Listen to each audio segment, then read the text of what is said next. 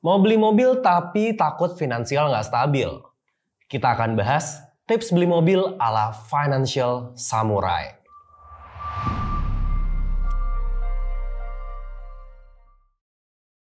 Oke Sobat Seva, sebelum kita mulai mungkin banyak yang masih bingung nih, Financial Samurai itu apa sih? Jadi, Financial Samurai itu adalah konsep keuangan yang mengajarkan kita untuk jadi lebih kuat dan pintar dalam mengatur finansial. Intinya, kayak seorang samurai yang disiplin dan penuh perhitungan dalam bertindak. Kita juga harus bijak nih, dan gak asal-asalan dalam berbelanja. Apalagi beli barang yang harganya nggak murah sob, kayak mobil. Nah, di video kali ini kita akan belajar beli mobil dengan strategi ala Financial Samurai. Cara ngatur keuangan dengan cerdas, biar mobil yang kita beli nggak cuma jadi aset, tapi juga jadi investasi yang bikin tenang. Siap belajar jadi Financial Samurai? Let's go!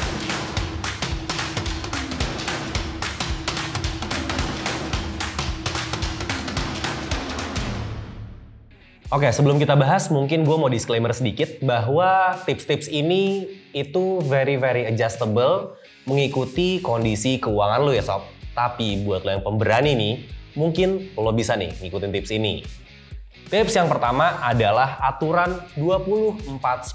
Artinya, lo disarankan bayar DP mobil minimal 20% dari harga, ambil tenor maksimal 4 tahun, dan pastiin cicilan bulanannya nggak lebih dari 10% dari penghasilan bulanan lo. Nah, itu tuh 20-40.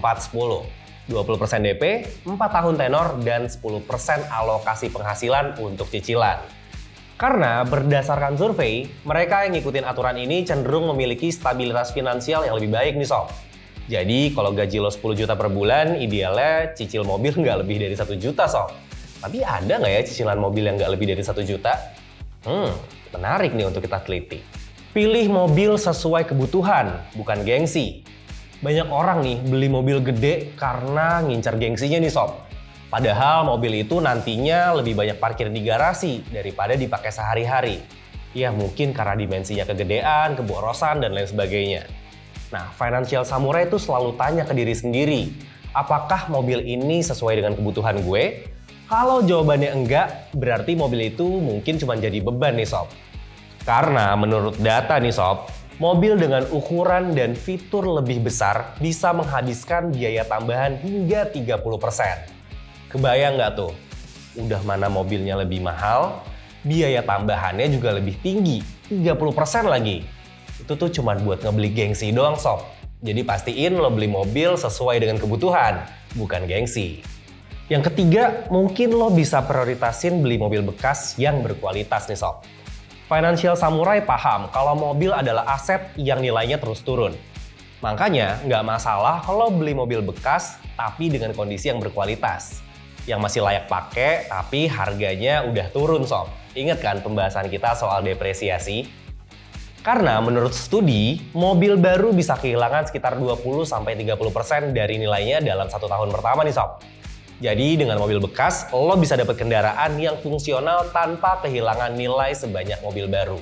Nah, ini bisa jadi opsi nih buat lo yang mungkin masih berhemat, masih lumayan ngepres, tapi pengen punya mobil. Nah, mungkin lo bisa cek-cek nih mobil bekas yang ada di Seva. Karena mobil bekas yang ada di Seva itu udah melalui kurasi yang super ketat sob. So, dijamin deh mobil bekasnya layak pakai sob. Gunakan loan kalkulator Seva sebelum memutuskan untuk beli mobil. Nah, ini nih, sebelum lo nekat ambil cicilan, coba deh cek dulu pakai loan kalkulatornya Seva. Fitur ini bisa bantu lo untuk hitung simulasi cicilan mobil lo yang sesuai dengan kemampuan.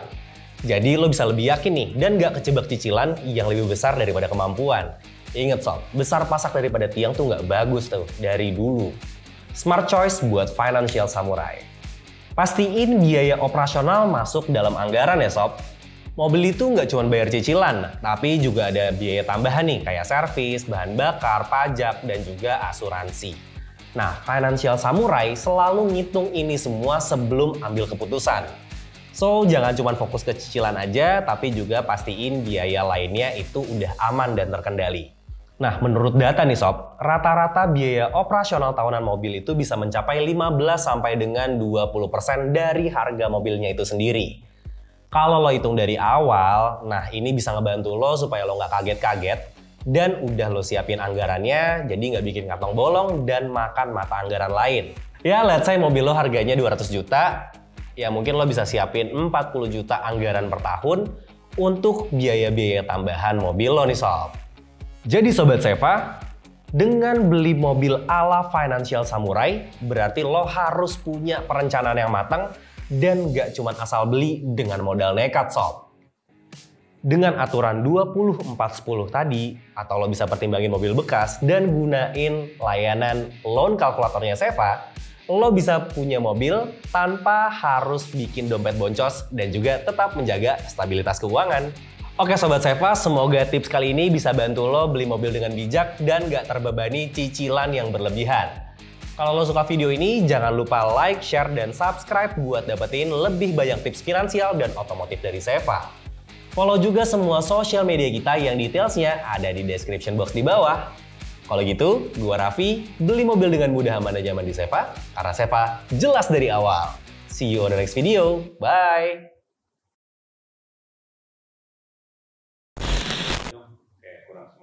Oke kalau gitu.